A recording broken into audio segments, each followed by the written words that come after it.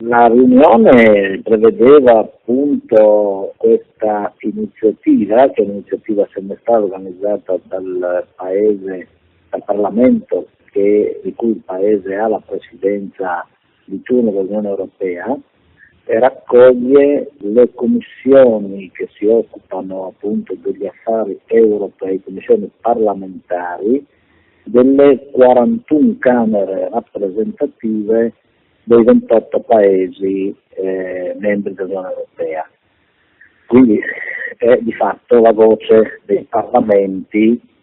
dell'Unione, dei Paesi dell'Unione Europea che si ritrovano e dibattono sulle questioni che riguardano appunto l'Unione Europea. Tra l'altro anche invitati i paesi che sono in fase di adesione o comunque in fase di richiesta di adesione, quindi la Turchia, la Georgia, la Macedonia, la Serbia, quindi un summit di altissimo livello, aperto ieri mattina dal primo ministro Matteo Renzi, che ha nel suo intervento di apertura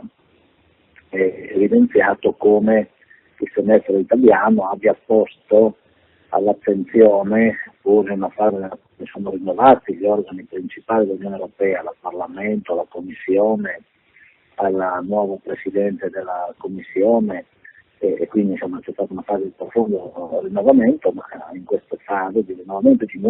definizione delle nuove politiche dell'Unione dell'Italia, nel semestre di Presidenza, abbia portato all'attenzione con forza il tema della necessità di ridare una prospettiva di sviluppo, di crescita e di occupazione alle politiche europee.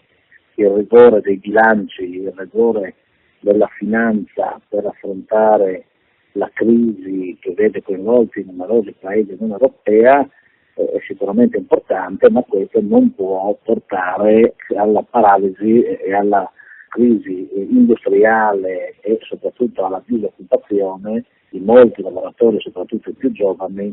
i principali paesi europei. Si è quindi sviluppato un dibattito che ha visto intervenire numerosi esponenti di primissimo livello, dal primo vicepresidente della Commissione europea al ministro per l'economia italiano, Padoan, al vicepresidente del Parlamento europeo e rappresentanti dei principali parlamenti dell'Unione Europea. Un dibattito che da un lato ha affrontato il tema dell'equilibrio tra politiche nazionali e quindi politiche dei parlamenti nazionali e politiche europee, un rapporto fra i parlamenti nazionali, rappresentativi ovviamente delle comunità di riferimento, e il Parlamento europeo, non solo la Commissione e il Consiglio europeo, quali meccanismi di relazione, di dialogo e soprattutto come perseguire l'Unione Europea, il proprio operato, il proprio significato nei paesi e quindi nelle comunità locali, nonostante anche la difficoltà poi nella partecipazione degli elettori al voto del Parlamento, le tasse percentuali, il distacco, i sentimenti anti-europei, eccetera. Si è quindi poi sviluppata una sessione specifica sul tema più economico, per quanto riguarda quali prospettive ci sono oggi e come affrontare la crisi economica, ma soprattutto le politiche di sviluppo. Qui ovviamente si è differenziato, sono emerse le differenze di valutazione tra i paesi, per esempio la Germania, i paesi del nord Europa, che sono convinti e sostengono ancora la politica del rigore e il rispetto degli obiettivi fissati dall'Europa 2020, quindi equilibrio di bilancio, risparmio della spesa e innovazione del sistema produttivo, e invece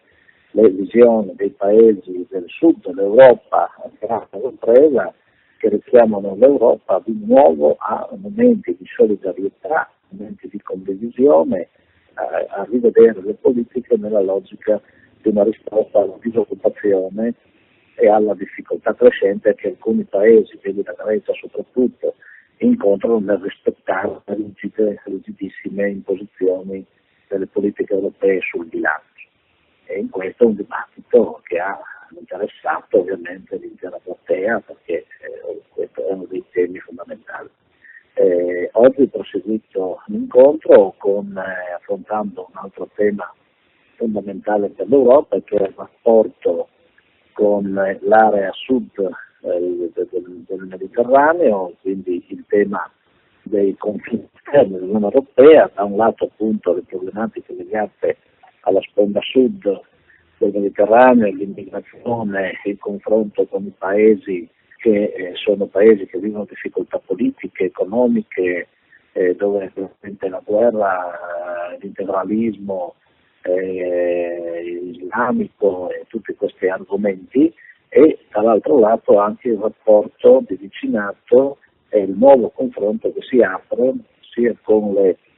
temi legati ai paesi che sono cuscinetto tra l'Europa e la Russia, le nuove politiche della Russia e soprattutto l'atteggiamento del premier Putin